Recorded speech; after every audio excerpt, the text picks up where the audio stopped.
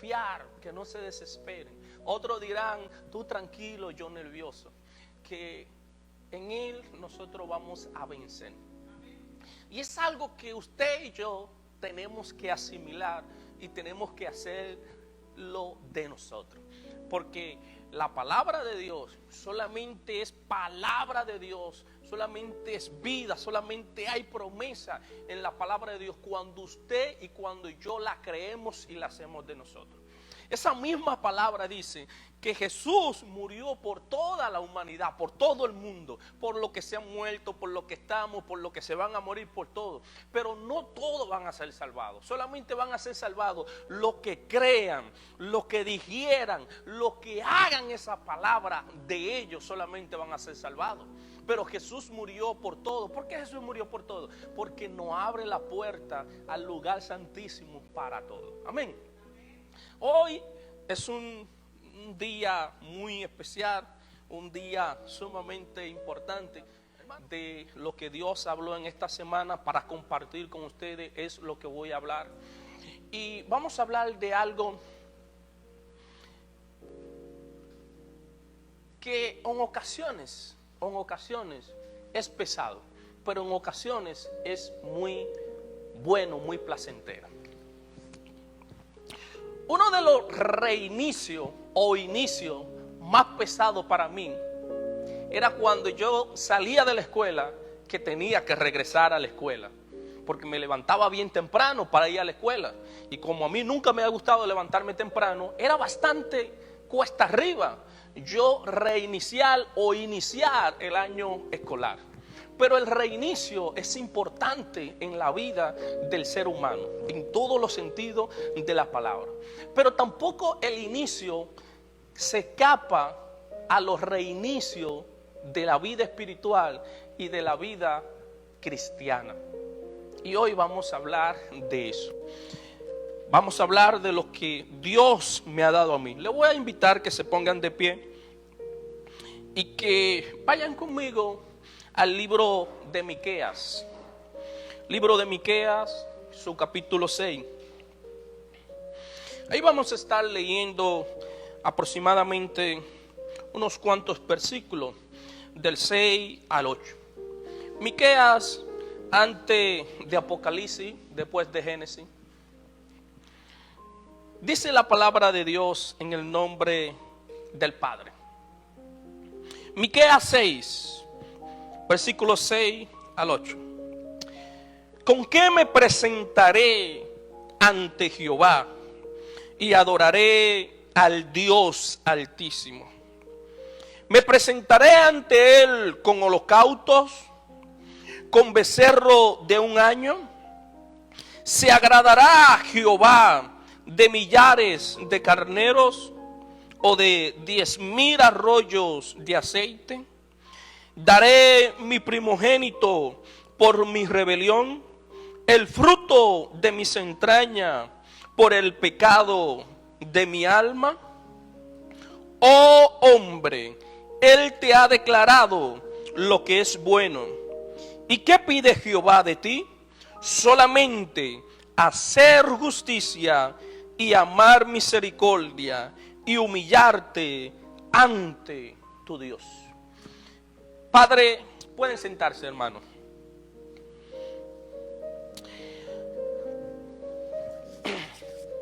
Miqueas, hemos hablado, hemos comentado en otra ocasión sobre Miqueas.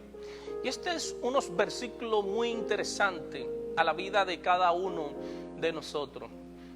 Él empieza y pregunta, ¿con qué me presentaré delante de Dios? ¿Por qué nosotros queremos hablar de reinicio? ¿Por qué específicamente hemos tomado al profeta Miqueas? Este hombre era de una aldea aproximadamente unos 300 kilómetros, unas cuantas millas en la llanura extensa de Jerusalén. Se cree que era productor o cultivaba higo. Ustedes han comido higo, ¿saben lo que es higo? A mí me gusta el higo, solamente lo he comido una sola vez, pero me gusta porque pensé que aquí no se daba, pero bastante bueno la fruta. Entonces este hombre se cree que era cultivador, un productor de higo, y era de la zona rural de una región llamada Moreset, aproximadamente llegando a Jerusalén. Era un hombre completamente dedicado a Dios. Y al ver la decadencia espiritual de Israel, al ver la situación de Israel, él se hace una pregunta. Pero fíjese que él no pone a nadie delante, sino que él empieza por él.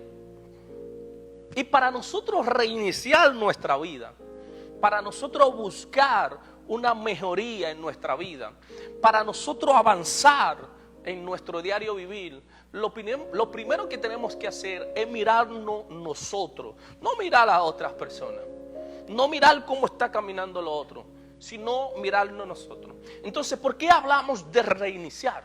¿Por qué queremos comenzar este año hablando de la palabra reinicio? ¿Por qué? Porque es bastante importante en la vida tuya, en la vida mía, pararme y preguntar cómo me presentaré delante de Dios. Ojo, no cómo se está presentando el otro, no cómo el otro está llevando la vida, no cómo el otro piensa que es correcto o es incorrecto, no. ¿Cómo me presentaré delante de Dios? Cuando nosotros escuchamos la palabra reinicio, casi siempre lo que reiniciamos son los aparatos electrónicos.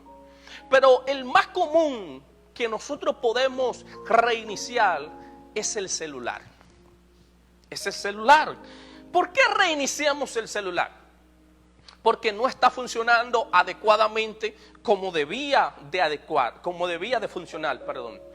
Pero fíjese que cuando el celular está lento porque tiene suficiente fotografía, suficiente video, etcétera, usted empieza a borrar lo que no sirve y deja lo que sirve.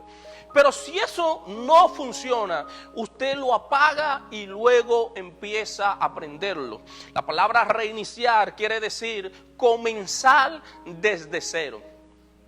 Pero gran sorpresa, que si nosotros ponemos en una balanza nuestra familia, nuestro trabajo, etcétera, etcétera, casi siempre nosotros le dedicamos más tiempo al celular que a las otras cosas. Yo en particular, lo primero que hago es mirar el celular cuando me levanto. Hermano, ¿usted no ora? Sí, yo oro. Hermano, ¿usted no le pide a Dios? Sí, yo pido a Dios. Pero no sé si a ustedes les pasa como a mí. Yo duermo con el celular al lado de mi cabeza y lo primero que veo, hermano, cuando me levanto es el celular. Es tanto así que voy al baño y me llevo el celular. No me llevo la Biblia, no me llevo cualquier recuerdo, es el celular. Pero como yo sé que ustedes no se lo llevan, yo soy solamente yo. Entonces, cuando escuchamos la palabra reinicio, andamos mirando y recordando que casi siempre lo primero que reiniciamos es el celular. Pero también podemos reiniciar un aparato que nos sirve para darnos el internet. También reiniciamos un juego electrónico como el PlayStation, el Super Mario Bros. Ese era de mi época, los Super Mario, ya casi no lo usan ese, ¿no? Pero también podemos reiniciar un vehículo que sea electrónico, que sea completamente digital. Pero fíjese que casi siempre que reiniciamos eso es porque tiene algún problema que no está funcionando adecuadamente. En lo personal, pienso y creo que como seres humanos hay una etapa en la vida de cada uno de nosotros que nosotros tenemos que reiniciar nuestra vida. Hasta el día de hoy hemos pensado, hemos creído que quizás hubiéramos estado en un lugar mejor económicamente. A lo mejor usted pensó o pensara que usted se iba a casar con esa persona que usted se enamoró desde su juventud, desde su niñez, y se casó con otra persona que no era esa. Quizás usted era una persona muy diestra en la escuela, muy inteligente, y los profesores, su madre, su padre tenían toda la esperanza puesta en usted. Y por X o tal razón usted no ha logrado eso. Entonces ahí es que hablamos de reiniciar, de mirar mi vida. No mirar para afuera, sino mirar mi interior. Hasta el día de hoy, ¿qué yo he hecho con mi vida? Si lo he reiniciado. ¿Y por qué hablar precisamente comenzando el año de reiniciar? Porque comenzando el año es donde usted se lanza las pruebas, donde usted se lanza las metas, donde usted se lanza los retos. Voy a bajar unos cuantos kilos, voy a subir unos cuantos kilos, voy a comprar la casa, voy a comprarme un coche nuevo, voy a ser mejor hombre, voy a ser mejor esposa, etcétera, etcétera. O si no le pasa como... Entonces, ¿qué pasa con eso de reinicio, hermano? En la vida tuya y en la vida mía. Que en la vida secular es importante reiniciar.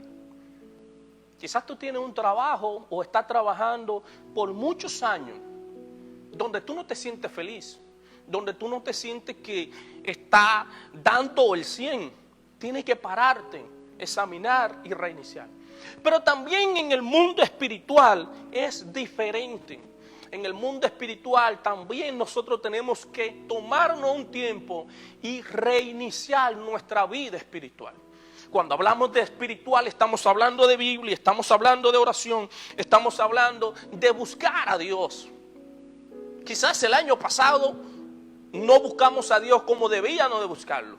Yo siempre me choco, yo siempre soy bastante indolente conmigo mismo, porque en ocasiones yo digo, puedo hacer las cosas mejor de cómo la estoy haciendo, pero a veces solamente me quedo en lo bien y no llego a lo excelente. Y es ahí donde yo mismo me choco. Pero ¿qué pasa con eso? ¿Qué sucede con eso, querido hermano? ¿Por qué es importante reiniciar tu vida secular y espiritual? Porque cuando reiniciamos, empezamos desde cero, y cuando reiniciamos, entonces miramos esas cosas que no nos han dejado avanzar en lo secular y en lo espiritual. Pero el reinicio no es malo. Reiniciar tu vida, reiniciar mi vida no es malo. Reiniciar nuestra vida es buscar aquellos aspectos que hasta el día de hoy no nos han dejado avanzar. Aquellas situaciones en las cuales nosotros hemos pensado y hemos creído que hemos podido dar lo mejor de nosotros.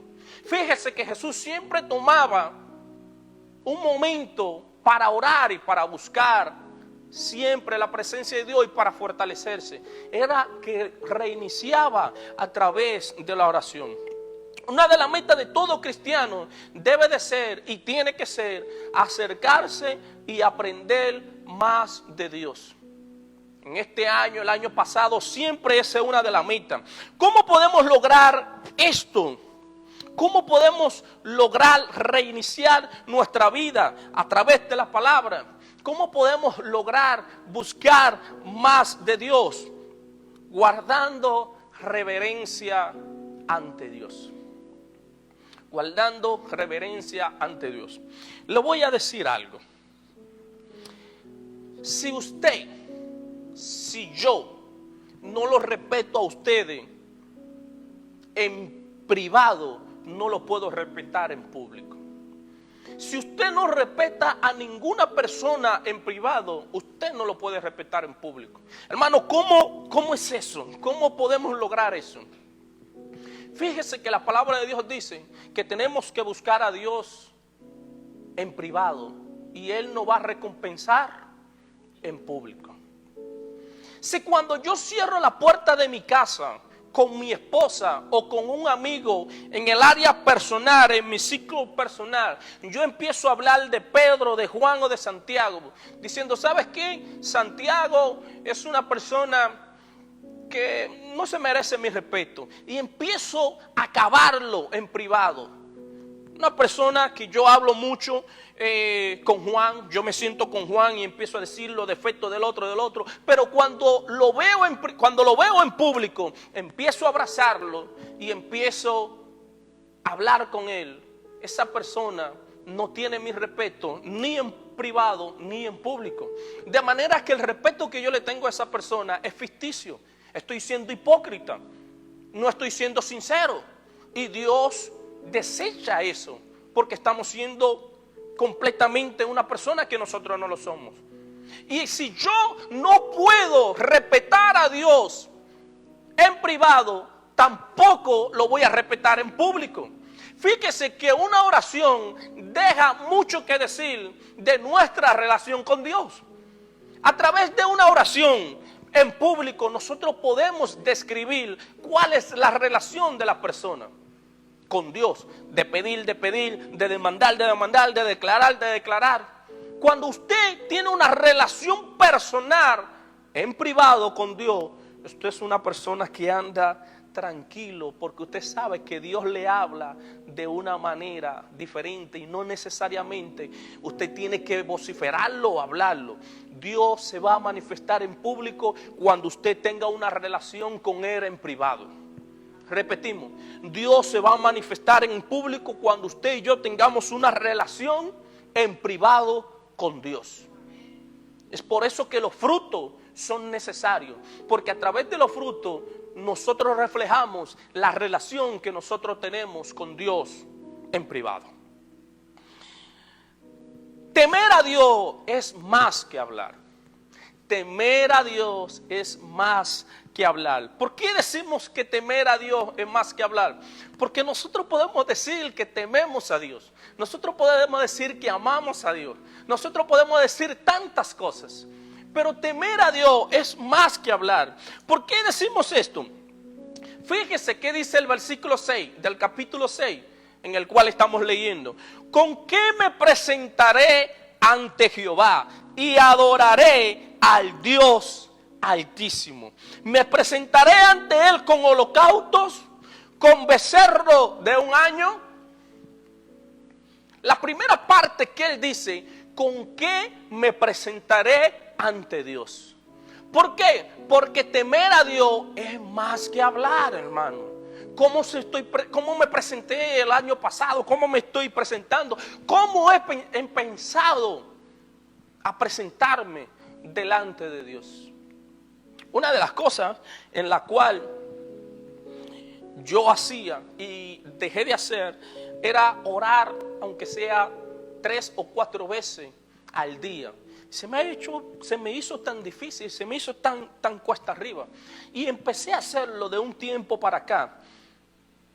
Orar 2 y 3 veces al día. Y créame que cuando usted se deja una costumbre, es bastante difícil retomarla nuevamente. Pero fíjese algo. Le voy a decir un secreto. Yo sé que a usted no le ha pasado. A mí sí me ha pasado. Yo era un ferviente lector de la palabra de Dios.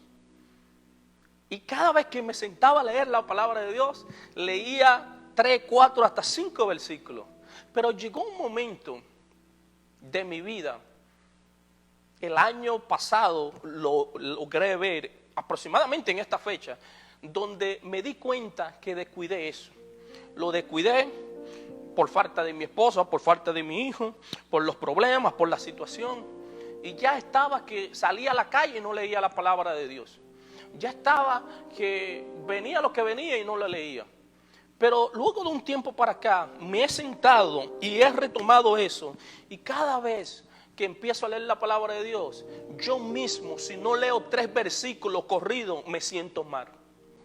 ¿Por qué? Porque eso me enseña a buscarle a Dios y me enseña a comprometerme. Ya lo he hecho como lo hice anteriormente. Y me siento que cuando estoy leyendo la palabra de Dios, si leo un versículo, si leo 2 versículos, me siento mal. Y internamente tengo que decir, son 3 o más versículos que leo, porque estoy haciendo un hábito. Entonces dice este hombre, ¿con qué me presentaré ante Jehová? Fíjese que en primer lugar, Él no pone a otra persona cómo se va a presentar, etcétera. Él dice, ¿con qué me presentaré? Creo que esta palabra encierra una falta de pasión por la palabra de Dios.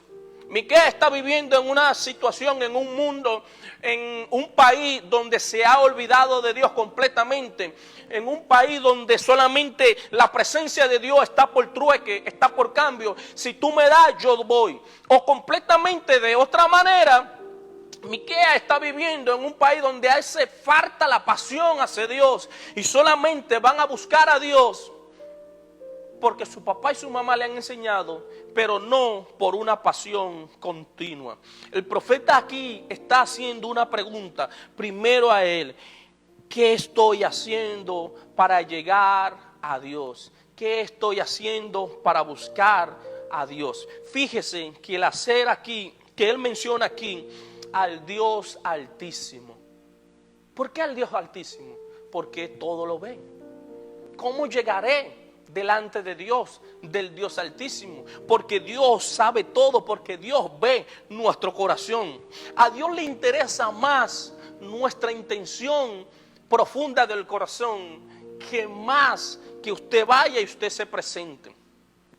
En el libro de Éxodo, en su capítulo 25, usted va a ver que Dios le dice a Moisés: cuando el pueblo venga delante de mí a darme ofrenda, que venga de corazón y que lo haga de voluntad, no porque nadie lo force, sino que ellos mismos sean los que dispongan en su corazón darme ofrenda.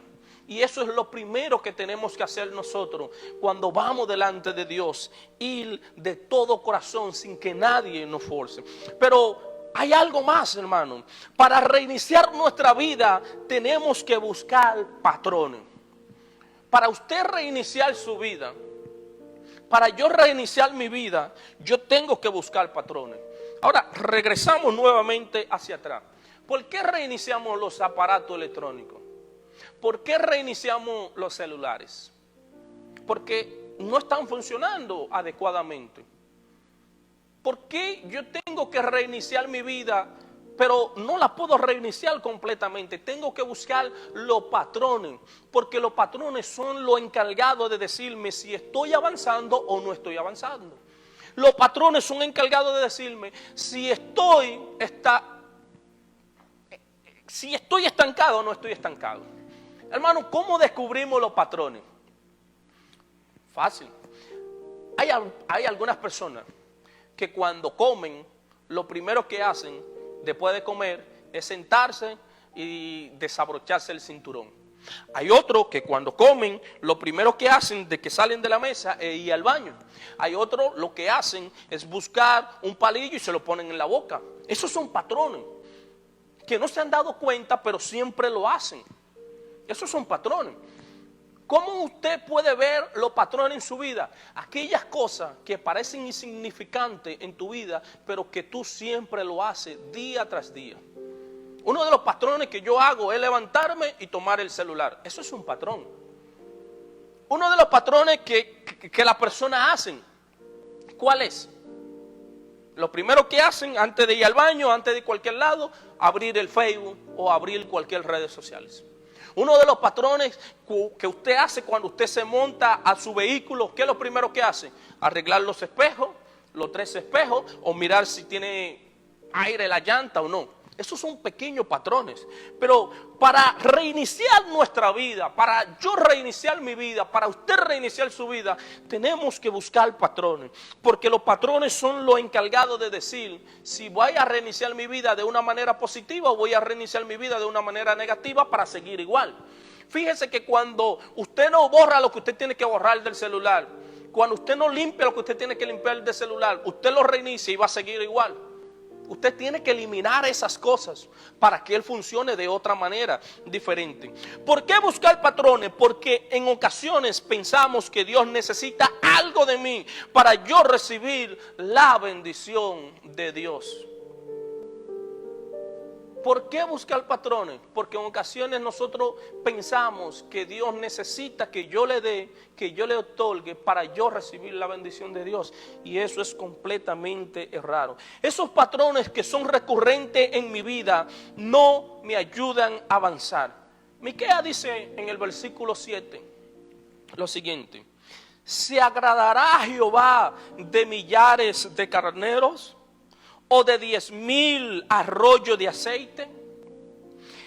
Daré mi primogénito por mi rebelión, el fruto de mis entrañas por el pecado de mi alma. ¿Qué es el fruto de mis entrañas? Puede ser el trabajo, puede ser su hijo, puede ser su familia, puede ser su casa, puede ser lo que usted más ame en sus entrañas, puede ser lo que usted más aprecie. Pero Miqueas dice: ¿se agradará Jehová de millares de carneros? ¿Se va a agradar Jehová de lo que yo le pueda entregar, de lo que yo le estoy dando? Entonces, para reiniciar tu vida, para yo reiniciar mi vida, lo primero que tenemos que hacer es buscar los patrones. ¿Por qué? Porque los patrones van a determinar esas cosas pequeñitas que nosotros estamos haciendo y tenemos vida sin hacer. Cantares 2:15, el proverbista nos da un consejo. Y el proverbista dice: cazar la zorra pequeña. ¿Por qué cazar las zorras pequeñas? Porque ellas son las que echan a perder la cosecha y la viña. Y cuando la viña está en cierna, cuando la viña está casi fructificando. ¿Por qué el proverbista, el predicador dice que hay que cazar la zorra pequeña y no cazar la zorra grande? Porque la grande todos la cazan, la grande todas la saben. Pero esas zorras pequeñas que se escabullen, que van sigilosamente, calladitas, son las que nos echan a perder la cosecha. Y esas zorras pequeñas son las que nos hacen entristecernos a cada uno de nosotros, y son las que no permiten que cuando nosotros reiniciamos, cuando empezamos de nuevo, podamos avanzar. ¿Hay alguna área en particular donde tenga una debilidad o tenga algún tipo de problema que sea recurrente? Esas son las zorras pequeñas que está hablando el predicador. Esas son las zorras pequeñas por la cual nosotros quizás no hemos podido avanzar. Usted tiene un potencial tremendo en Dios. Usted tiene un fervor tremendo en Dios. Hay algo que a mí me encanta comunicar, a mí me encanta hablar de la palabra de Dios. Pero en ocasiones cuando hay personas que hablan lo contrario, como que me amedrento y dejo eso. Yo dije, no lo voy a dejar. Que digan lo que digan y yo lo voy a seguir hacia adelante. ¿Por qué? Porque esos patrones, el enemigo sabe que están dentro de nosotros. Esos patrones, el enemigo sabe a lo que tú le temes y a lo que no le temes. Parece algo insignificante, pero esos patrones pequeñitos muchas veces no dejan que nosotros crezcamos. Fíjese algo, que cuando Salomón está hablando de cazar la zorra pequeña, cuando está hablando de los problemas, lo vamos a tratar de traducir, de ponerlo en un lenguaje donde nosotros lo podamos entender, donde nosotros lo podamos digerir a toda confianza. Esos patrones pequeños, esa zorra pequeña, te quitan la felicidad y me quitan la felicidad. Me quitan el gozo completamente. ¿Por qué gozo y por qué felicidad, hermano? La felicidad, ¿qué es la felicidad? La felicidad depende de algún bien. La felicidad depende aquí en la tierra de algo. Usted tiene trabajo, usted tiene hijos, usted tiene familia, usted tiene felicidad muchas veces porque depende de lo otro. Pero el gozo es diferente, porque el gozo usted lo tiene cuando viene de Dios. Hermano, aquí en la tierra usted puede tener gozo, sí. Usted pone la felicidad y pone el gozo. Y casi siempre usted va a preferir la felicidad. Pero la felicidad depende de si usted está trabajando. La felicidad depende de si usted está en salud. La felicidad depende de si mi esposo, mi novia, lo que sea, está feliz o no está feliz conmigo o hace algo. De eso depende la felicidad. Pero el gozo del Señor es nuestra fortaleza. Así habla Nehemías en su capítulo 8, versículo 10.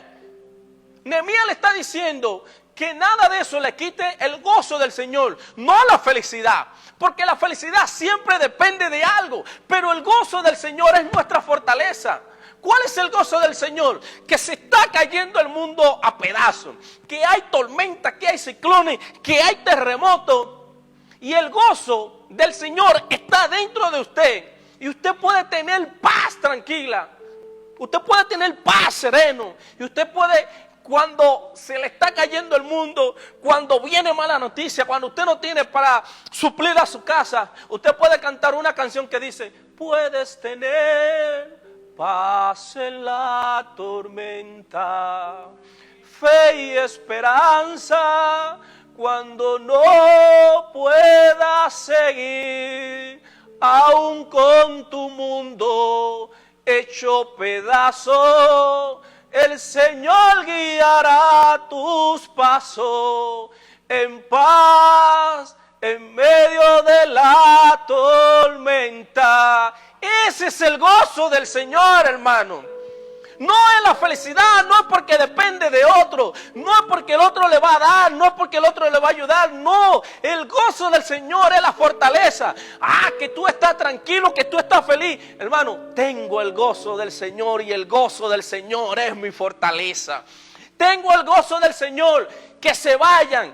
Tengo el gozo del Señor, que no tenga. Tengo el gozo del Señor. El gozo del Señor es lo que le va a ayudar a seguir hacia adelante, no la felicidad.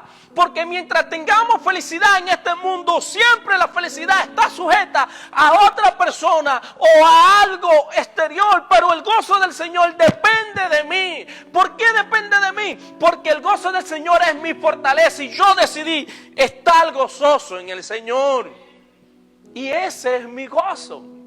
Entonces, por eso hay que buscar la zorra pequeña. Por eso hay que buscar los patrones. Que eso muchas veces van a impedir que yo sea feliz. Esas cosas pequeñitas, esas cosas que hasta el día de hoy no deja que usted crezca. Entonces, para nosotros reiniciar nuestra vida, empezar desde cero, tenemos que dejar de ser feliz y buscar el gozo del Señor, que es nuestra fortaleza. Usted se imaginaría a David hablando, diciéndole: alma mía, alaba a Jehová y no olvides ninguno de sus beneficios. Usted se imagina a David diciéndole: Señor, saca mi alma de la cárcel para que ella te alabe. Porque en ocasiones pensamos y creemos que el evangelio solamente es palabra, pero se nos olvida que aquí en este evangelio, en el camino del Señor, hay tristeza, hay llanto, hay melancolía. Y usted y yo no estamos exentos de nada de eso, hermano.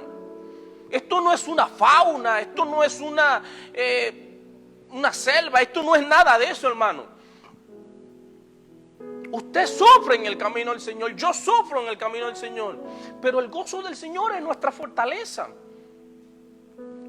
Nosotros queremos ir a la iglesia, queremos que alguien venga y nos diga tantas cosas bonitas, pero cuando salimos de aquí, entonces enfrentamos la realidad de nuestros problemas, la realidad de nuestra situación, la realidad de nuestro dolor, la realidad de nuestra vida cotidiana. El Señor lo sabe. Casi siempre a nosotros se nos ha enseñado, a nosotros se nos dice: no, que tú tienes que ir delante del Señor a decirle que Señor, que te amo, que Señor, que te glorifico. Ajá. Y cuando usted no tiene deseo de decirle: Señor, Señor, gracias porque me quitaste esto. Cuando se le muere a alguien, cuando usted está en dolor, cuando usted está en angustia, cuando usted no tiene para seguir hacia adelante. No, que tiene que bendecir al Señor en todo. No, el Señor sabe, como dice en Éxodo 25, que Él quiere que nosotros vayamos con una ofrenda voluntaria, una ofrenda del corazón. Hermano, si usted se siente con dolor, Si usted se siente triste, vaya delante de Dios y dígale: Señor, yo no tengo deseo de alabarte. Señor, yo no tengo deseo de decirte que tú eres grande. Señor, yo no tengo deseo de venir aquí. Y el Señor lo entiende. Ahora, cuando usted abre su corazón, entonces usted empieza a sanar, empieza a reiniciar. Se nos ha enseñado siempre que tenemos que ir delante del Señor con una careta de felicidad. No, el Señor conoce nuestro corazón. Él sabe cuando usted quiere venir, cuando usted no quiere venir a la iglesia. Él lo sabe todo eso. ¿Y por qué ocultarlo? ¿Por qué ocultarlo?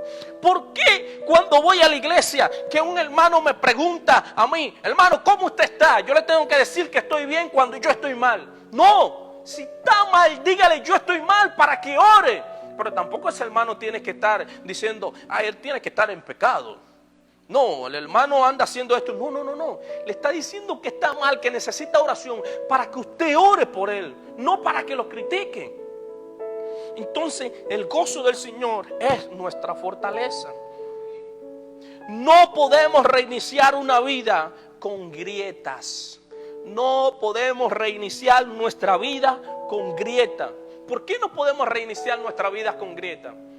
Porque cuando venga alguien y nos tope, o cuando venga alguien y se le ocurra tocarnos, nos vamos a terminar de desbaratar por completo. Porque estamos reiniciando nuestra vida, pero tenemos esa grieta que no hemos querido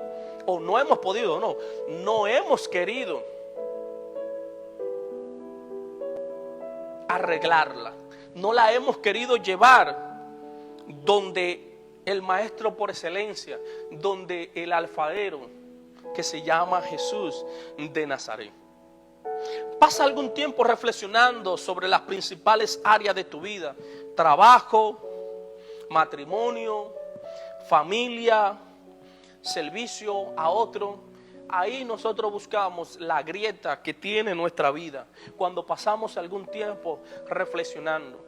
Porque de nada sirve que yo venga y reinicie esta vida, que reinicie este año, cuando tengo esas grietas en mi corazón. Una de las grietas que tenía, siempre lo hemos hablado, que tenía Moisés, era que Moisés tenía un problema psicológico y tenía un problema de autoestima y tenía un problema interno. Por eso Moisés le dice: Señor, yo no estoy preparado para ir a liberar a ese pueblo. Tenía un problema de autoestima. Y muchas veces nosotros andamos corriendo por ahí con un problema de autoestima pensando que nosotros estamos bien. No, estamos mal. Y si estamos mal, tenemos que pedirle ayuda a nuestro Señor. Fíjese algo que dice aquí el salmista en el capítulo 39, aproximadamente 12-13. Salmo 139, dice el salmista lo siguiente: aún las tinieblas no encubren de ti, y la noche resplandece como el día. Lo mismo te son las tinieblas que la luz. Lo más interno, lo más oscuro, lo peor que usted crea que usted pueda ver, Dios lo conoce. El salmista aquí dice: examina mi corazón, examíname, Dios, y pruébame a ver si hay en mi camino de perversidad. Pero aquí él está diciendo: aún las tinieblas no encubren de ti, y las noches resplandece como el día. Lo más oscuro de usted y de mí, Dios lo sabe.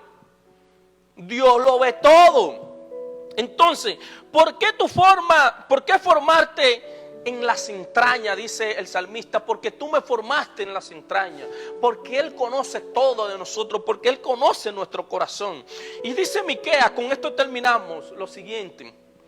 En Miqueas 6:8: hombre, Él te ha declarado lo que es bueno. ¿Y qué pide Jehová de ti? Fíjese que Él no pide muchas cosas, solamente hacer justicia y amar misericordia y humillarte ante tu Dios. 3 cosas: solamente hacer justicia, amar misericordia y humillarte o humillarnos delante de Dios. Pienso y creo que no es tan difícil para nosotros acercarnos a Dios, pero se nos ha hecho cuesta arriba hasta el día de hoy. La palabra que nosotros queremos compartir, la palabra que Dios me ha dado, la palabra que yo he hecho mía, la palabra que yo quiero que tú hagas tuya, es la siguiente: reiniciar nuestra vida para bien y para glorificar a nuestro Señor Jesucristo. ¿Te has sentido solo? ¿Te vas a sentir solo? Pero el gozo del Señor es nuestra fortaleza.